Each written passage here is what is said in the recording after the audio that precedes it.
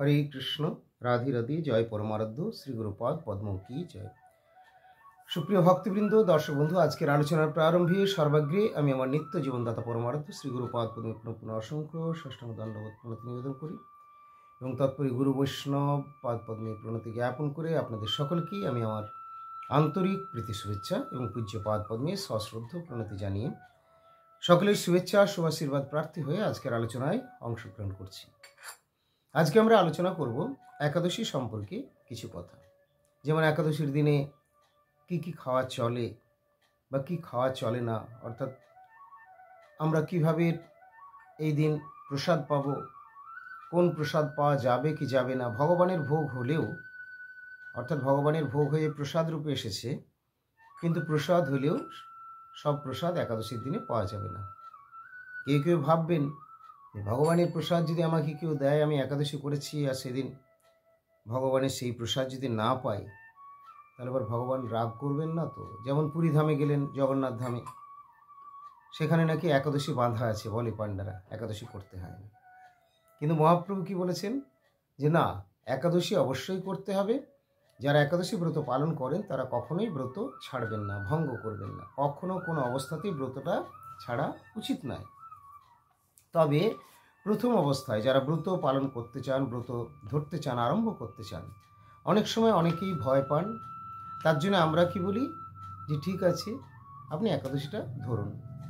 অনেকেই ভয় পান, জিজ্ঞেস করে যে মহারাজ আজকে তো করছি, আগামী দিনে যদি কোনো কারণে আমি করতে না পারি তাহলে তোমার ক্ষতি হয়ে যাবে। তো আমরা বলি বা বোঝাই যে না, ক্ষতি হয়ে যাবে এরকম নয়। আপনি যে একাদশীগুলো যতগুলো পালন করছেন তার তো শুভোদয়, তার তো মঙ্গল লাভ তো হবেই, সেটা তো নিঃসন্দেহে। সেই একাদশীর ফলটা ব্যর্থ যাবে না। পরবর্তী দিনে যদি আপনি আর করতে না পারেন, তাহলে হয়তো আর সেই একাদশীগুলো আপনার হলো না বলে তার ফল লাভ হলো না। কিন্তু তার মানে এই নয় যে ভগবান আপনার ক্ষতি করে দেবেন বা আপনার সর্বনাশ হয়ে যাবে, এটা নয়। তবে একাদশী পালন করতে করতে যখন কয়েকটা একাদশী ব্রত আপনার পালন হয়ে যাবে, তখন একাদশীর এত কৃপা বর্ষিত হয়ে যায় বা তার মাহাত্ম্য ফলে তখন আপনার আর একাদশী ছাড়ার ইচ্ছেই হবে না। এমনকি যতই বাধা বিপত্তি আসুক না কেন, ইতপূর্বে যার কয়েকটা একাদশী হয়ে গেছে, একাদশীর কৃপায় তার সহজে ছাড়ার ইচ্ছে হবে না, যতই বাধা বিপত্তি হোক।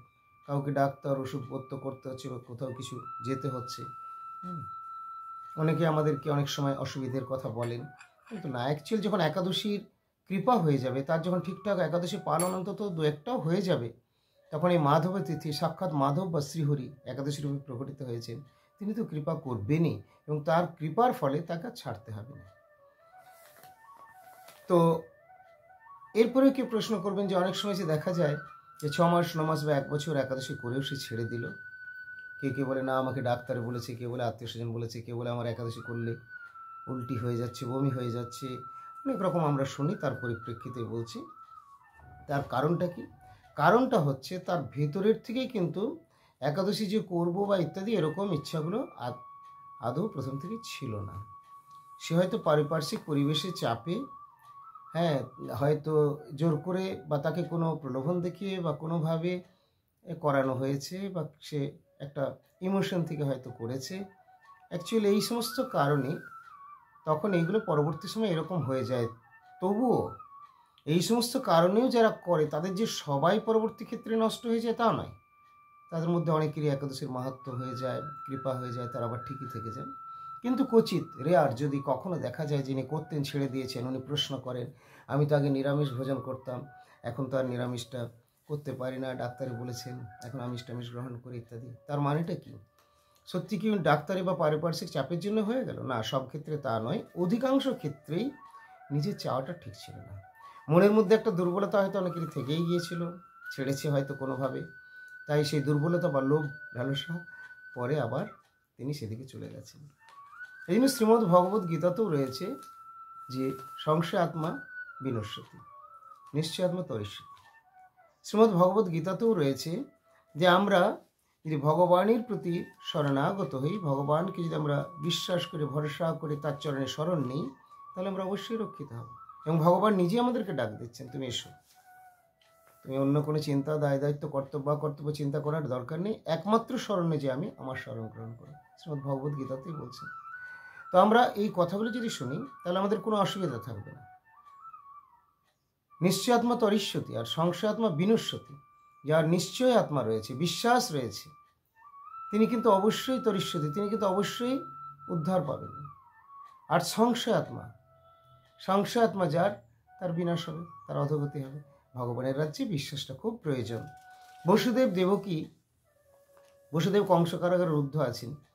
ভগবান বাসুদেব তাকে বলে দিলেন কিভাবে কোথায় গিয়ে রাখতে হবে, গোকুল বনে নিয়ে যাবে। কিন্তু বসুদেব এই কথাগুলো শোনার পরও একটু যদি দ্বিধা ছিল, ভগবান বলছেন তুমি পা বাড়িয়ে এগিয়ে তো দেখো, আমি তো রয়েছি। যখন বসুদেব যাত্রা শুরু করলেন তখন সব শৃঙ্খল খুলে গেল, দরজা খুলে গেল। তো আপনারা প্রথমেই কেন এই চিন্তাটা করে নেন, তাই তো আমি পারবো কি পারবো না, কি হবে না, এরকম না। যেটুকু পারছেন সেটুকুই তো করুন, শুভ আরম্ভ তো করুন। পরমার্থ শ্রী গুরুপাদ বলেন, আরম্ভ করলেই শেষ হবে। আরম্ভ করতে হয়, শেষ হবে অর্থাৎ সম্পূর্ণ হবে। আরম্ভ করতে হবে। প্রথমে এই চিন্তা ভাবনা, দুর্বলতা, এত সব করে লাভ নেই। আমার বিশ্বাস থাকবে আমি গুরু গৌরাঙ্গের হয়ে করছি, আমার গুরু গৌরাঙ্গের সহায় আছেন, আর কারে করি ভয়, পেয়েছি গুরুর অভয়, জয় গুরু বলে হরে আহ্বান। তো আমরা যদি গুরুপাদ পদ্মকে নিয়ে অগ্রসর হই, আমাদের কোনো অসুবিধা হবে না। এই একাদশী হচ্ছে মাধব তিথি। মাধব তিথি ভগবান নিজে একাদশী রূপে প্রকটিত হয়েছেন এবং ভগবানের অত্যন্ত প্রিয় তিথি, অভিন্ন তিথি, তার নামই হলো মাধব তিথি। মাধব হল শ্রীকৃষ্ণ বা গোবিন্দের নাম। যারা একাদশী ব্রতাদি পালন করেন তো তারা কিন্তু অবশ্যই রাধারানীর কৃপা লাভ করেন, রাধারানীর প্রসন্নতা বিধান হয়ে যায়, রাধারানীর শুভদৃষ্টি লাভ করে, রাধা গোবিন্দে তাদের প্রেম প্রীতির উদয় হয়। প্রথমেই প্রেম প্রীতি সেরকমভাবে আসুক বা না আসুক, ধর্ম অর্থ কাম মোক্ষ যে যেরকমটা চায় সেগুলোই তাকে প্রদান করে থাকেন। এবং অবশেষে সর্বশ্রেষ্ঠ যে ভগবত প্রেম, যার দ্বারা ভগবত প্রাপ্তি হবে, যে নিত্য বস্তু, সেটিও লাভ হয়ে যায়। রাধাকৃষ্ণের যুগল সেবা লাভ হয় ক্রমপন্থায়। তো আমরা প্রত্যেকটি একাদশী করব। সব একাদশীর বিশেষ বিশেষ মাহাত্ম্য রয়েছে। একাদশী হলো শ্রীহরির প্রিয়তমা তিথি, একাদশী 64 ভক্তঙ্গের অন্যতম। এই জন্য একাদশী ব্রত পালন সাক্ষাৎ ভগবত ভক্তি। একাদশী ব্রত পালন করলে ভগবান অত্যন্ত প্রসন্ন হন। আমি গ্রন্থ ধরেই কথা বলছি। এই জন্যে এই বৃহৎ নারদীয় পুরাণে বলেছেন যে ব্রাহ্মণ ক্ষত্রিয় বিষাং শূদ্রানঞ্চৈব যোষিতাম মোক্ষদং কুর্বতাং ভক্ত্যা বিষ্ণু প্রিয়তরং দ্বিজা।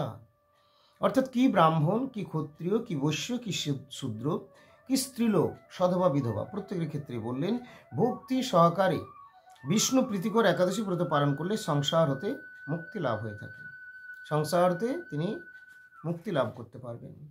একাদশী ব্রতং নাম সর্বকাম ফলপ্রদম। একাদশী ব্রতং নাম সর্বকাম ফলপ্রদম কর্তব্যং সর্বদা বিপ্রৈর বিষ্ণু প্রিণন কারণম।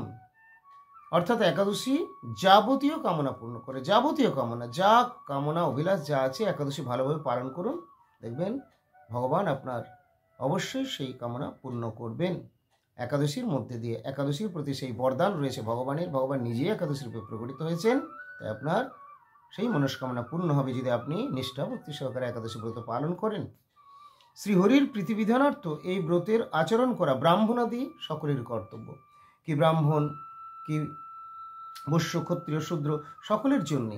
যিনি ধন পুত্র বৈকুণ্ঠ বাস আকাঙ্ক্ষা করেন, যিনি ধন চান, যিনি পুত্র চান, বা যার পুত্র সন্তানাদি রয়েছে তাদের নিয়ে সুখে বাস করতে চান, তিনি শুক্লপক্ষ ও কৃষ্ণপক্ষ উভয় একাদশীতেই উপবাস করবেন।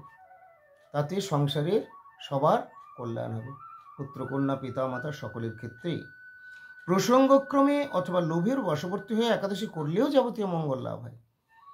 কোনো না কোনোভাবে যদি একাদশী ব্রত পালন হয় তাহলেও মঙ্গল লাভ হবে। সম্পূর্ণ সম্যক পুরোপুরি ফলটা প্রাপ্ত না হওয়া গেলেও অমঙ্গলের কোনো কথা নেই, মঙ্গল তো হবেই।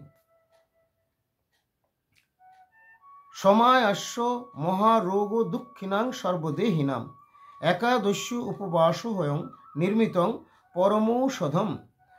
অর্থাৎ মহারোগী ব্যক্তিও একাদশীতে উপবাস করলে রোগ হতে মুক্তি লাভ করে, এরকম কথাও শাস্ত্র বলেছেন। ঠিকভাবে করলে তো অবশ্যই সম্ভব হবে, পুরোপুরি না হলেও কিছু মঙ্গল হবে যদি আমরা একাদশী ব্রত মোটামুটিও করতে পারি। একাদশী সমং কিঞ্চিৎ পাপত্রাণং নবিদ্যতে স্বর্গ মোক্ষ প্রদা হেসা রাজ্য পুত্র প্রদায়িনী। একাদশীতে উপবাস করলে পাপ নাশ হয়, স্বর্গ লাভ হয় এবং পুত্র ধন ও মুক্তি লাভ হয়ে থাকে। স্বর্গ সুখ এবং পুত্র ধন মুক্তি। ছলপূর্বক একাদশী ব্রত অনুষ্ঠিত হলেও পাপ নষ্ট হয় এবং বৈকুণ্ঠ লাভ হয়ে থাকে। একাদশী ব্রত পালন করলে পাপী লোকের যাবতীয় পাপ নষ্ট হয়, তাকে আর নরকে যেতে হয় না। একাদশী ইন্দ্রিয়ই পাপং যৎকৃতং বৈশ্য মানবৈ একাদশী উপবাসেন তৎসর্বং বিলয়ং ব্রজেত। একাদশী সমং কিঞ্চিৎ পুণ্যং লোকে ন বিদ্যতে। অর্থাৎ একাদশীতে উপবাস করলে মানবগণের একাদশ ইন্দ্রিয়কৃত যাবতীয় পাপ সমূলে নষ্ট হয়। জগতে একাদশীর সদৃশ পুণ্য আর নাই, আর কোনো ব্রত নেই। কেউ বলে আমি মঙ্গলচণ্ডী ব্রত করছি, কেউ বলে আমি সন্তোষী ব্রত করছি, কেউ বলে আর না, আপনারা এখনো জানেন না তাই এগুলো নিয়ে ব্যস্ত হচ্ছেন। শ্রীচৈতন্য মহাপ্রভু যিনি ভগবান হয়ে সন্ন্যাস রূপ গ্রহণ করেছিলেন ভক্তরূপে, তিনি জানিয়ে দিয়ে গেছেন, মানুষের ভ্রান্তিগুলো গুছিয়ে দিয়েছেন। আর কতকাল ভ্রান্তির মধ্যে ডুবে থাকবেন? দেব দেবী সকলেই গোবিন্দের দাস। একাদশীর মতো এত বড় প্রীতি হয় না। তবে কেউ কেউ এই ব্রত সেই ব্রত ইত্যাদি করেন কেন না, তিনটে ভাগ রয়েছে, সত্য রজ তম। মানুষের বিভিন্ন রুচি রয়েছে, প্রকৃতিতে ভগবানের সেরকমই সৃষ্টি, সেরকম নিয়ম, এই জন্য বিভিন্ন রুচি বিভিন্ন দিকে ধাবিত হয় তারা। কিন্তু সর্বশ্রেষ্ঠ পথটা মহাপ্রভু জানালেন, যিনি রাধাকৃষ্ণ মিলিত চৈতন্য মহাপ্রভু, যে সর্বশ্রেষ্ঠ পথ হলো কলিকালে হরিনাম হরিভক্তির পথ, এবং সেই হরিভক্তির প্রাথমিকই হচ্ছে একাদশী তিথি বা একাদশী ব্রত পালন করা। একাদশী ব্রত পালন করলে আপনার পাপ তাপ একাদশ ইন্দ্রিয়কৃত যে পাপাদি রয়েছে সব ভস্মীভূত হবে, নাশ হবে, আপনার চিত্ত শুদ্ধ হবে, হৃদয় ভক্তির উদয় হবে, নামে রুচি হবে, সাধুগুরু বৈষ্ণবের শ্রদ্ধা হবে, তখন আপনার ভক্তি জগতে যিনি সব ভালো লাগবে। তখন আর মনে হবে না যে ভক্তি করে কি পেলাম, কি হবে, ওরা তো ভক্ত ছিল, ওর তো বাড়ির লোক মারা গেল, ওরও তো এই হয়েছে, এই অবিচার কুবিচারগুলো আসবে না। ভাই, দেহের জন্ম বা সৃষ্টি হয়েছে, দেহের নাশ বা মৃত্যু, দেহের ধ্বংস সকলেরই হবে, তিনি যেই হন না কেন সবার হবে। কিন্তু প্রত্যেকের আত্মাটা যে আসে না, এই যে আমি কথা বলছি, এই আত্মার মধ্যেই কিন্তু ভক্ত অভক্ত ব্যাপারগুলো রয়ে গেছে। অর্থাৎ এই আত্মা এরপরে তার কর্মের ফল অনুসারে সেরকম জায়গায় আবার দেহ পাবে। কখনো ভক্তগৃহে তার জন্ম হচ্ছে, অর্থাৎ সে সেই দেহের মধ্যে আসছে, আর না হলে উল্টো পাল্টা হলে অসুর দত্ত দানব এমনকি গাছ হয়ে দাঁড়িয়ে থাকছে। এই সমস্ত কথা শাস্ত্রের কথা। আসুন আমরা উল্টোপাল্টা দিকে না গিয়ে, উল্টোপাল্টা বিচার না নিয়ে, শ্রী চৈতন্য মহাপ্রভু নিজ মাতাকে একাদশী শিখিয়েছিলেন, আমরা একাদশী করব। একাদশী করলেই পরম মঙ্গল, সমস্ত অমঙ্গল, অভদ্র রাশি, অশান্তি সব দূর হয়ে যাবে। আমরা গুরু গোবিন্দের কৃপা লাভ করে ধন্যাতি ধন্য হতে পারবো। একাদশীর দিনে কি কি খাবেন? একাদশীর দিনে কি খাবেন আর কি খাবেন না? পটল, বেগুন, শিম, লাউ, মূলো, সর্ষের তেল ইত্যাদিগুলো আমাদের চলে না, আবার অন্যান্য অনেক কিছুই রয়েছে।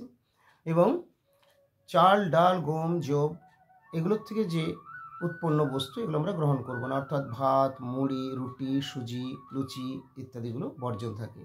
মূলত সেই দিন ফলমূল গ্রহণ করা হয়। একান্তই প্রয়োজন হলে কেউ কিছু সবজি ইত্যাদি এগুলো গ্রহণ করতে পারেন। ভাত মুড়ি নেবেন না, সবজিগুলো চলে, সব সবজি নয়, কুমড়ো, পেঁপে, কাঁচা কলা, আলু, এই সমস্ত জিনিসগুলো, ফুলকপি এগুলো চলে। কিন্তু এগুলোকে সেদ্ধ করে লবণ মরিচ দিয়ে বা লঙ্কা দিয়ে এই সমস্তগুলো গ্রহণ করে। আবার অনেকেই সেদ্ধ হয়তো করে খেতে পারবে না, বলেন আমি রন্ধন করব। রন্ধন করুন, রন্ধনে মশলা টশলা সবই দেওয়া যায়, কিন্তু সর্ষের তেলে রন্ধন হবে না। সাদা তেল অর্থাৎ বাদাম তেল বা সানফ্লাওয়ার এগুলো চলে, না হলে ঘি দিয়ে রান্না করতে হবে। আর একাদশীর দিনে ক্ষৌরকর্ম ইত্যাদি নখ কাটাকাটি এগুলো করবেন না। একাদশীর দিনে একটু বেশি করে হরিনাম করবেন। একাদশীর দিনে হরি ভক্তির কথা যে গ্রন্থে রয়েছে, শ্রীমদ্ ভাগবত বা শ্রী চৈতন্য ভাগবত বা শ্রীমদ্ ভগবত গীতা কিছুক্ষণ অনুশীলন করলেন, প্রত্যুষেই শয্যা ত্যাগ করলেন, ভগবানের নাম করতে করতে, হরিনাম মহামন্ত্র করতে করতে। আপনি শুদ্ধ থাকুন আর অশুদ্ধ থাকুন, এই সময় হরিনাম করাতে কোনো দোষ নেই, হরিনাম সর্ব অবস্থাতে করা চলবে। তাই প্রত্যুষে হরিনাম করে শয্যা ত্যাগ করলেন। অন্যান্য দিন অনেকেরই দেরিতে স্নান করে অভ্যাস আছে, ভক্তরা তো প্রত্যুষই করে থাকেন, কিন্তু যাদের অন্যান্য দিন দেরিতে হয়তো করেন, একাদশীর দিনে বলবো আপনারা প্রত্যুষে শয্যা ত্যাগ করে স্নানাদি করুন, শুচিশুদ্ধ হন। ভগবান গৃহে যে তুলসী রয়েছেন তাকে এসে ধূপদীপ দান করুন। গৃহে ইষ্টদেবের আলেখ্য থাকলে সেখানে ধূপদীপ দিয়ে প্রণাম করুন। হরিনাম মহামন্ত্র কিছু কীর্তন করুন, কিছু নাম জপ যেগুলো সাধুগুরু বৈষ্ণব দিয়েছেন সেগুলো করুন। না হলে তাদের সঙ্গে যোগাযোগ করে আবার প্রণালী বা বিধান জেনে নিন। কিছুটা গ্রন্থ পাঠ করুন, ভগবানের ভক্তির কথা যাতে রয়েছে। তো এইভাবে তো একাদশীতে কী খাবেন কী খাবেন না এই বিষয়ে সংক্ষেপে আমরা কিছু আলোচনা করলাম। একাদশীর ফলটা কী সে বিষয়ে করলাম। একাদশী কীভাবে করতে হবে, পরের দিনে পারণের সময় দেওয়া থাকে প্রত্যেকটি একাদশী। সূর্যোদয়ের পরে একটা নির্দিষ্ট সময় দেওয়া থাকে, সেই সময়টা পঞ্জিকা অনুসারে আপনারা দেখে নেবেন এবং তার পূর্বেই পালন করবেন। পালনের বিভিন্ন নিয়ম বা ঘটা করে পালন রয়েছে, তো আমার পরমার্থ শ্রী গুরুপাদ পদ্ম এগুলো এইভাবে করতে বলেন না। তিনি বলেন সংক্ষিপ্ত পালন করবে। একাদশীর দিনে যে প্রসাদগুলো আমরা পাই না, এইরকম কিছু ভগবানের প্রসাদ আমরা পারণের মধ্যেই, দ্বাদশীর দিনে পারণের মধ্যেই গ্রহণ করব, তাহলে আমাদের পারণ হয়ে গেল। গুরুদেবকে স্মরণ করে, মহাপ্রভু রাধা গোবিন্দ বনমালীজিকে স্মরণ করে। আর সেই সাথে অবশ্যই আজকে আমি মালাটি নিয়েও আসলাম, যে অনেকেই একটু জানতে চান যে মহারাজ মালাটা দীক্ষা অনেকেরই হয়েছে বা অনেকের পুরাতনও রয়েছে, তারা আবার ভুল করে ফেলেন। আমি দেখেছি কীভাবে জপমালাটা জপ করবেন। তো দেখুন, এই যে জপমালা রয়েছে, আমি দেখানোর জন্য এখানে এখন বাম হাত স্পর্শ করছি, যদি আমার বাম হাত শুদ্ধ রয়েছে, গঙ্গা জল প্রভৃতি নিয়ে এসেছি, তবুও নইলে বাম হাতে আপনারা স্পর্শ করবেন না, আর এই আঙুলও স্পর্শ করবেন না। তো এখানে এটি রয়েছে, এটি হচ্ছে সুমেরু। এই সুমেরুকে জপ করার সময় কিন্তু কখনোই লঙ্ঘন করা চলবে না। জপ করে আপনি কি প্রথমে কোন দিক থেকে শুরু করবেন, যে ভুলটা সকলে না, অনেকেই করে থাকে। আমার কাছে এই বিষয়ে রিপোর্টে এসেছে এবং আমি প্রত্যক্ষ করেছি। তো এইভাবে বড়োর থেকে যে জপ করেন, এই বড়টা রয়েছে, অনেকেই ভুল করেন। তো মালাটা কিভাবে করবেন, এই জপমালা ধরলেন, জপমালার এই বড়োর থেকে হরিনামটি আপনি শুরু করবেন, নিজের দিকে টানবেন। অনেকেই মনে রাখতে পারে না, ভুল করে ভগবানকে বাইরের দিকে পাঠাবেন কেন, ভগবানকে নিজের হৃদয়ের দিকে স্থাপন করে নিয়ে আসুন। তার জন্যে বড় যে মালাটা রয়েছে এটাকে সুমেরু বলা হয়। সুমেরুর একদিকে ছোট মালা, একদিকে বড় মালা, এটা পুরোটা এক রাউন্ডে 108টি মালা রয়েছে। 108 বার আপনাকে মহামন্ত্র বলতে হবে। এগুলো সব সখীবৃন্দ সব রয়েছেন। তো 108 বার মহামন্ত্র, এক একটা মহামন্ত্র সম্পূর্ণ হলে তবে একটি মালা আপনি নামাবেন। সম্পূর্ণ মহামন্ত্রটা হচ্ছে হরে কৃষ্ণ কৃষ্ণ কৃষ্ণ হরে হরে, হরে রাম রাম রাম হরে হরে। সম্পূর্ণ যখন মালা আপনি জপ করবেন, তার আগে ঠিক এই 3টি আঙ্গুল রয়েছে, তার মধ্যে আপনি এখানে মালাকে রাখলেন, জপমালাকে, ঠিক আছে, মধ্যমার উপরে। এরপরে আপনি মাঝামাঝি এখান থেকে রাখলেন, সুমেরুকে রাখলেন, সুমেরুকে একটু নিজের দিকে টেনে নিলেন এবং তারপরে বড় মালাটি ধরলেন এবং জপ শুরু করলেন। কিভাবে? ইষ্টদেবকে স্মরণ করে, গুরু বৈষ্ণব বৃন্দ, পঞ্চতত্ত্ব শ্রীকৃষ্ণ চৈতন্য প্রভু নিত্যানন্দ শ্রী অদ্বৈত গদাধর শিবাসিদ গৌরভক্তবৃন্দ, এই বলে ইষ্টদেবকে গুরু গৌরাঙ্গ রাধা গোবিন্দ বনমালীকে স্মরণ বা প্রণাম করে জপ শুরু করছেন। প্রথম জপ, আঙ্গুলে এতে স্পর্শ করাবেন না, আঙ্গুলের নখ দিয়ে টানবেন না, প্রত্যেকটি এই পাবের মধ্যখানে কিন্তু এই মালাটা থাকবে এবং সুন্দরভাবে উচ্চারণ করবেন, হরে কৃষ্ণ কৃষ্ণ কৃষ্ণ হরে হরে, হরে রাম রাম রাম হরে হরে। তারপরে মালাটি নিজের দিকে টেনে নিলেন। 2 নম্বর চলে আসলো, হরে কৃষ্ণ কৃষ্ণ কৃষ্ণ হরে হরে, হরে রাম রাম রাম হরে হরে, হরে কৃষ্ণ কৃষ্ণ কৃষ্ণ হরে হরে, হরে রাম রাম রাম হরে হরে। খুব স্পিডে করবেন না আর খুব স্লো করবেন না, হরে কৃষ্ণ কৃষ্ণ কৃষ্ণ কৃষ্ণ হরে হরে কৃষ্ণ কৃষ্ণ, এতে অস্পষ্ট হবে, এটা উচিত নয়, এটা সঠিক নয়, এতে দোষ হয়। আর খুব ঢিলে করবেন না, হরে কৃষ্ণ তাতেও আপনার অন্যান্য চিন্তা ঢুকবে, এটাও বিধান নয়। আপনি সুন্দরভাবে স্বাভাবিক একটা সময় নিয়ে করবেন, হরে কৃষ্ণ কৃষ্ণ কৃষ্ণ হরে হরে, হরে রাম রাম রাম হরে হরে, হরে কৃষ্ণ কৃষ্ণ কৃষ্ণ হরে হরে, হরে রাম রাম রাম হরে, এইভাবে। তো প্রত্যেকটি মালা 108টা রয়েছে। আপনি যখন জপ করে করে করে করে নিজের দিকে এইভাবে যখন যাবেন, তখন কিন্তু একসময় এসে এখানে উপস্থিত হয়ে যাবে, এইখানে, এই ছোট মালার কাছে। এরপর আপনি সুমেরু পেলেন, কেননা আপনি জপ করে করে যাচ্ছেন, এইভাবে যাচ্ছেন। জপ যখন আপনার এক একটা হয়ে যাবে, তখন মালাটা কোথায় আসবে দেখুন, আমি দেখিয়ে দিচ্ছি আপনাদের। একটু আমার বড় হয়ে যাচ্ছে ভিডিওটা, তার জন্য করার কিছু নেই, আপনাদের দেখিয়ে দিই। তো এই ছোটোতে এসে আমি পৌঁছে গেলাম, ছোটোতে। এবারে ছোটোতে যখন এসে পৌঁছালাম, এরপরে এটা রয়েছে, এটাকে সুমেরু বলা হয়। সুমেরুকে লঙ্ঘন করা চলবে না, ঠিক আছে? ঠিক ঘড়ির পেন্ডুলাম যেমন দোলে এইভাবে, এরকম এরকম, ঠিক এইরকম হবে, মানে এরকম হবে না, চক্রপথ হবে না, এই এই অর্থাৎ এক একটা জব করে বড় থেকে আপনি কোথায় আসলেন? ছোটোতে। ছোটোতে আসলেন সুমেরু, আর সুমেরু লঙ্ঘন করবেন না। এরপর আপনার ঝোলাতে, মালা ঝোলাতে দেখুন এইদিকে এরকম সাক্ষী মালা দেওয়া আছে, এগুলো সাক্ষী মালা বলা হয়। তো এই সাক্ষী মালা তখন আপনি একটা নামালেন, কেননা আপনার এক রাউন্ড কমপ্লিট হলো। গুরুপাদ পদ্ম সাধারণত 8 মালা জপের নির্দেশ দিয়ে থাকেন প্রথমে, তারপরে আস্তে আস্তে বাড়ানো হয়। তাহলে এটা হয়ে গেল, আপনি সাক্ষী মালা একটা নামালেন। এরপরে মালাটাকে ঘুরিয়ে নিতে হবে। মালাটা ঘোরানটা অনেকের কাছে খুব ডিফিকাল্ট মনে হয়, জটিল মনে হয়, কিচ্ছু না। যে 3টি আঙ্গুলের উপরে মালাটা রয়েছে, যেখানে আপনি জপ করছেন সেখানেই মালাটা থাকবে, ঠিক আছে?